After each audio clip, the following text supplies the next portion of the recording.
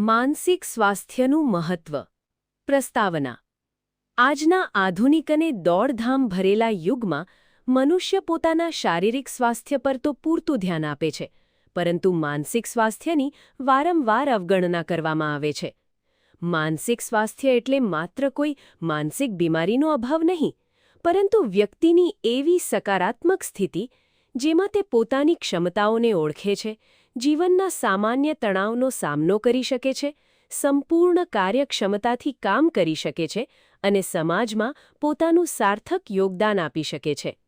માનસિક સ્વાસ્થ્ય શા માટે મહત્વપૂર્ણ છે? માનસિક સ્વાસ્થ્ય એ આપણા જીવનનો પાયો છે. જો પાયો મજબૂત ન હોય તો જીવનની ઇમારત ક્યારેય ટકી શકે નહીં. તેના મહત્વને નીચે મુજબ સમજી શકાય. શારીરિક સ્વાસ્થ્ય સાથે સીધો સંબંધ. કહેવાય છે કે સ્વસ્થ મન સ્વસ્થ શરીરમાં જ નિવાસ કરે છે.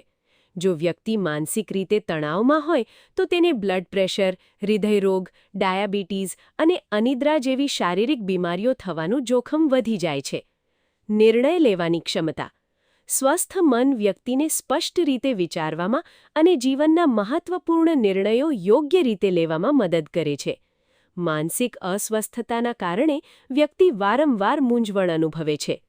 સંબંધોમાં મધુરતા. જે વ્યક્તિ માનસિક રીતે ખુશ અને સંતુલિત હોય છે તેનો સ્વભાવ શાંત હોય છે. આ શાંતિ તેના પરિવાર, મિત્રો અને સહકર્મીઓ સાથેના સંબંધોને વધુ મજબૂત અને મધુર બનાવે છે. કાર્યક્ષમતા અને સફળતા. માનસિક રીતે સ્વસ્થ વ્યક્તિ પોતાના કામમાં વધુ સારી રીતે ધ્યાન કેન્દ્રિત કરી શકે છે, જેનાથી તેની કાર્યક્ષમતા વધે છે અને સફળતાના શિખરો સર કરવા સરળ બને છે. આજના સમયમાં માનસિક તણાવના મુખ્ય કારણો. વર્તમાન સમયમાં ડિપ્રેશન એટલે કે હતાશા, એન્ઝાઇટી એટલે કે ચિંતા અને સ્ટ્રેસ એટલે કે તણાવ જેવી સમસ્યાઓ ખૂબ સામાન્ય બની ગઈ છે. આ પાછળ કેટલાક મુખ્ય કારણો જવાબદાર છે. સ્પર્ધાત્મક જીવનશૈલી, શિક્ષણ અને કરિયરમાં સતત આગળ વધવાની આંધળી દોડ, સોશિયલ મીડિયાનો પ્રભાવ, વર્ચ્યુઅલ દુનિયામાં વધારે સમય પસાર કરવો અને બીજાના જીવન સાથે પોતાની સરખામણી કરવી, એકલતા, વિભક્ત કુટુંબ પ્રથા અને વ્યસ્તતાને કારણે લોકોમાં એકલતાનું પ્રમાણ વધ્યું છે. આર્થિક અને સામાજિક દબાણ, વધતી જતી મોંઘવારી અને સમાજની અપેક્ષાઓ પર ખરા ઉતરવાનું દબાણ. માનસિક સ્વાસ્થ્ય સુધારવાના ઉપાયો. જેમ શારીરિક બીમારીથી બચવા આપણે કસરત કરીએ છીએ, તેમ માનસિક સ્વાસ્થ્ય જાળવી રાખવા માટે પણ કેટલાક પ્રયત્નો જરૂરી છે. 1. યોગ અને ધ્યાન.